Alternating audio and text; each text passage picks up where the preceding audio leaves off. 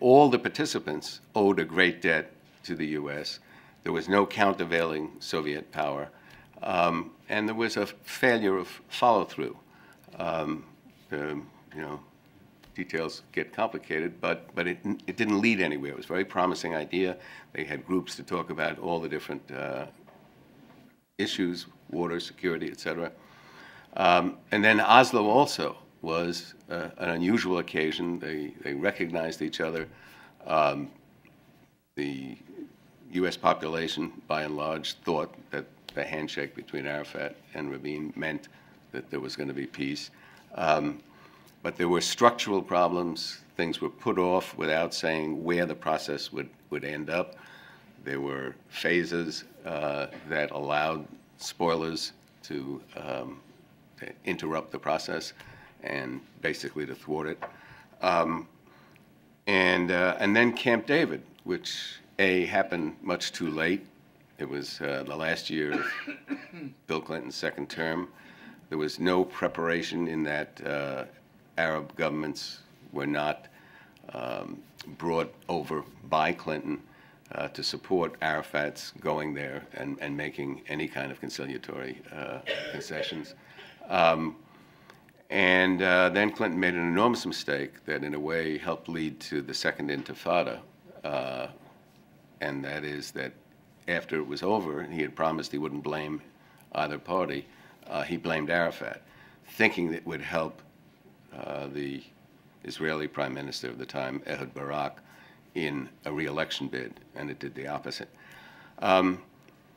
Let me come up to the present moment, because I think this is a similar moment in a negative sense. That is, I just saw a quote from Shimon Peres, who's now the Israeli president, saying that given the recent dramatic developments in the region, it's very important for Israel now to take the Israeli-Palestinian conflict off the regional agenda, by which he implies that it's time for a negotiated two-state solution, because a lot of the strategic power balances that Israel had counted on with the peace treaty with Israel, with Egypt, may no longer look as sound as they have. That is, the premise for security may not be the same. And so I think once again we're in a situation where there are a lot of positive elements and even negative threats that should push the principal parties, that is the Palestinian leadership of Abu Mazen and Prime Minister Benjamin Netanyahu and President Obama, to try to avoid missing yet another opportunity and ending up further away than they've ever been. I'm going to stop there, and I'll answer questions later if you like. Thank you. Well, I'd like to say a little bit about the problem of Palestinian refugees, which is the topic of the chapter in the book that Professor Martin and I co-authored. The refugee issue is one of the most, if not the most, sensitive existential issue in the conflict for both communities. Israelis and Palestinians have sharply different narratives about the origin of the refugee problem and about responsibility for it. And those narratives are linked to the core grand narratives which deals with the creation of Israel in 1948. For Israelis, 1948 represents the national liberation of the Jewish people with the creation of an independent state. The War of 1948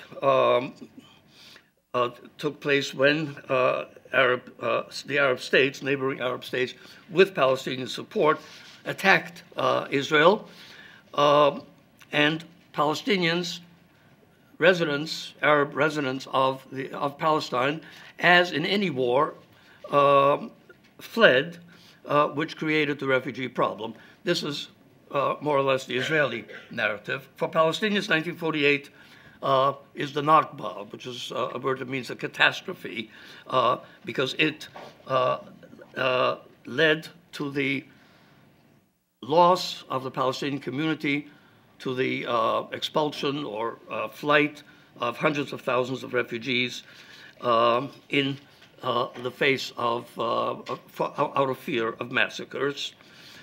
So these then are the two contrasting narratives of the two communities.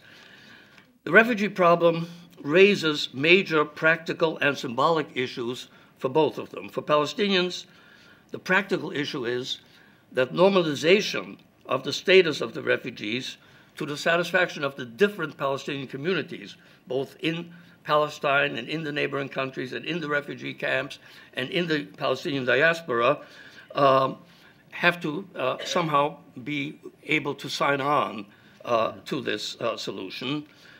The symbolic issue for Palestinians is that they seek an Israeli acknowledgement of the right of return, at least in principle. It's generally known that there will not be a complete, unlimited right of return, but Palestinians seek an acknowledgement of the right of return with clear implications that Israel was responsible for the plight of the Palestinians.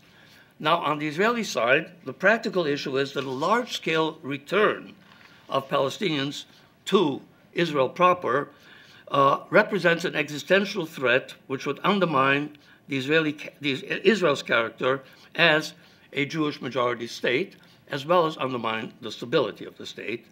The symbolic issue is that even accepting the right of return in principle, which is what many Palestinians demand, they say, all right, we understand that there will be no full implementation of the right of return, but we want Israel to accept it in principle. But even accepting it in principle means to Israelis that they are accepting moral responsibility for the refugee problem, which they are not prepared to do. They also are afraid that if they accept it in principle, sometime in the future, there may be a demand to allow refugees. It would make them vulnerable to future demands. Now, how to resolve this issue with these contrasting views and the contrasting concerns? We think that it's important, necessary, to respect the limits of each side. In other words, to understand that Israel will not acknowledge the right of return, nor will the Palestinians renounce the right of return. These then are the limits. Within these limits, a peace agreement must address the problem of the refugees in all of its dimensions. It must be seen as fair and consistent with principles of attainable justice by both sides, and it must achieve finality. What then must the basic terms of an agreement be, in our view? On the one hand, it must be clear that there can be no unlimited, large-scale return of refugees to Israel, because that would undermine the character of Israel as a Jewish majority state and thus violate the logic of a historic compromise of a two-state solution. On the other hand, the agreement must be responsive to the practical and symbolic concerns of the Palestinians. First of all, it must include Israeli recognition of the centrality of the refugee problem for the Palestinians and accept its share of responsibility for the plight of the refugees. Secondly, there needs to be a symbolic return of a specified limited number of refugees to Israel proper on the basis of some criteria, and various proposals have been made there. Thirdly, Palestinians must have the right to live in the Palestinian state and to have citizenship in the state, even if they do not choose to live there. And finally, the agreement must address the concrete problems of the refugee population. It must include provisions for financial compensation, for normalization of the status of those remaining in their current host countries, and for resettlement as needed or desired. Thank you. Amazing. Amazing what we can do in 5 minutes. Thank you. Thank you. Henry? Good. I hope you'll be able to say that after my... Oh, This is a snapshot of a snapshot. So, we're talking about the settlements. Let's start with what are the settlements? The settlements deep in modern Jewish history in the Middle East, of course, deeply informed by Zionism and the creation of the State of Israel in 1948. Settlements were very vital during this period of settlement, of people migrating to Israel from the really turn of the 20th century and settling in what was then initially part of the Ottoman Empire, and after World War I, part of the British Mandate, Britain as mandatory power. And these were vital to establishing footholds and to spreading the belief that Zionism could become a reality in terms of a very large, numerous return to Israel, not an idle, if passionate, dream. Now, settlements in the modern idiom talk of something quite different. Until, when formed in 1948 and after the 1948 wars that were referred to, when a number of Arab countries attacked and armistice lines were drawn in 1949, ending that armed conflict, armistice lines known often as the Green Line, which defined Israel of that period, although the Green Line really refers more to the 1967 boundaries. Those boundaries divided Jerusalem and between Jordan then and Israel, and were far more confined than the boundaries that Israel had control over after the 1967 war. And when that war ended, the boundaries that became definitively known as the Green Line had expanded tremendously from where they were in 1949 because of the Israeli conquests in that war of the number of states that they were engaged in combat with. So the settlements take place east of that boundary line, the Green Line, and exist in what is known by critics of the occupation as the West Bank, and known by nationalist or religious Jews who believe that this land belongs to and should continue to belong to Israel as Judea and Samaria. Okay, now these settlements are enclaves consisting almost exclusively of Jews who have either come from Israel proper within the Green Line to the west of this West Bank, and also Jews who have migrated to Israel from other parts of the world and en route to becoming citizens. Now, an occupation means that the occupied territory is under a form of military rule, and it has led over the time. It becomes so important because it has been constantly in the news.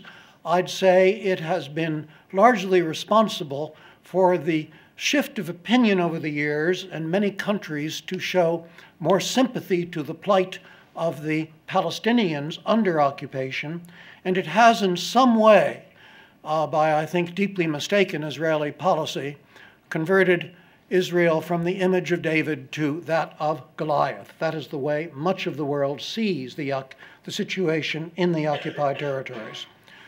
Legally, very, very briefly, the occupier is entitled to exercise necessary controls to keep peace in the occupied territory, the West Bank, and that means that the occupied people are, of course, denied serious, or any really, in many respects, political rights, except very local ones. They have no formal voice in the government or policies of the occupying state Israel as that occupation unfolds in the West Bank.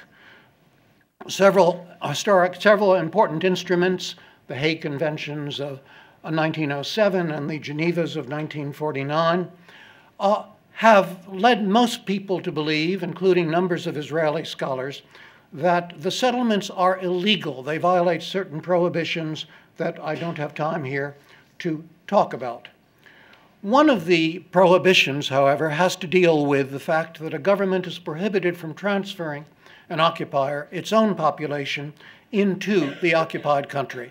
Israel claims it has never forcibly transferred the Israeli Jews who have gone to settle in these enclaves, these settlements, on the West Bank go of their own volition